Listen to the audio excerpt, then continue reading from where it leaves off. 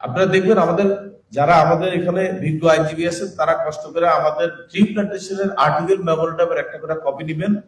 আপনাদের কাছে যারা আমাদের ডিস্ট্রিবিউটর লয়ার বলতেছি, ডিস্ট্রিবিউটর লয়ার, আপনাদের কাছে আমার একটা আবেদন থাকবে, মানবিক আবেদন, কিন্তু আপনারা ট্রি প্ল্যান্টেশনের সেই আর্টিকেল মেমোরেন্ডামের একটা ফটোকপি আপনারা সংগ্রহ করবেন এবং আর্টিকেল মেমোরেন্ডামের সেকশন 3 এর 3 পড়বেন এবং আপনারা এই দলিলটা নিয়ে আমাদের সপক্ষে যে কোনো সেমিনার, সিম্পোজিয়াম, টক শোতে ফাইট করবেন যে ডেস্টিনির প্রতি ইনজাস্টিস করা হয়েছে, কারণ এটা হাইকোর্টের পারমিশন বইতে ছিল থাকা সত্ত্বেও দুদকের তৎকালীন বাদী উদ্দেশ্যমূলকভাবে ডেস্টিনিকে ধ্বংস করার অভিপ্রায়ে মামলা রুজু করিয়েছে।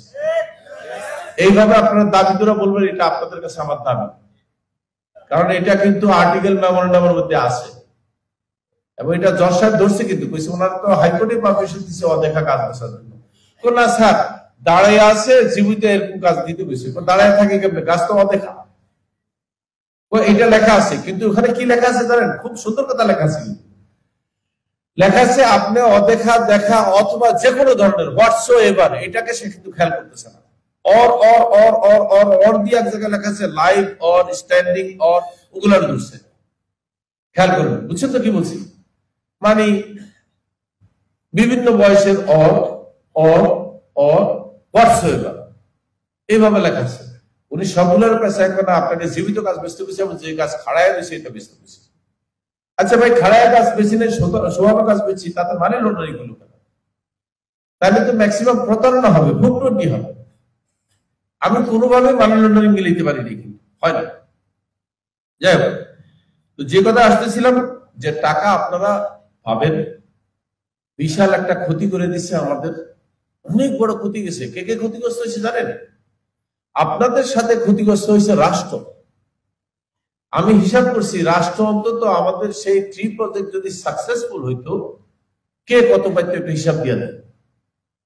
1 কোটি গাছ রোপণ করছি, কিন্তু আমি এটা বলার কোনো সুযোগ নাই যে আমি ভুয়া গাছ লাগাইছি, মিথ্যা কথা। 1 কোটি গাছ, সে 1 কোটি গাছের মধ্যে 19 লক্ষ গাছ আমরা ইনভেন্টরি পাইনি, 81 লাখ পাইছি, সেটাই জমা দিছি। সেটা জমা দেওয়ার পরে সেটা রিপোর্ট দিছি, ওনারা কি জানেন? 81 লাখ গাছ নাই। আমরা একটা অনুমান ভিত্তিক অ্যাসেসমেন্ট করে দেখছি মাইলর ওনাদের 32 লাখ গাছ আছে। তো জজ জিজ্ঞাসা করছে আপনি 32 লাখ গাছ কিভাবে বাইর করলেন? কারণ আমি একটা জিনিস দাবি করছি, আমি স্যার মাননীয় আদালত ওনারা গাছ গড়ে নাই। আপনি কি করে শিওর হলেন? আমি যদি 81 লাখ গাছ গুনতো, আমি হিসাব করছি এক একটা গাছ গুনতো যদি 1 মিনিট সময় দেয়, হাইটা এটা গনে, তাহলে 81 লাখ গাছ শেষ করতে 8 বছর 10 মাস সময় লাগার কথা। তাইলে ওনারা এত তাড়াতাড়ি কিভাবে চার্জশিট জমা দিল 81 লাখের? তখন স্বীকার করছে না আমরা ফিজিক্যালি যাই নাই, আমরা বন বিভাগের কর্মকর্তা এটা চোখের অনুমানে একটা বাইর করছি, এখানে 32 লাখ গাছ আছে, চোখের অনুমানে। কি অদ্ভুত ব্যাপার! তখন তো ড্রোনও ছিল না যে ড্রোন দিয়া দেখবে গাছ কয়টা আছে।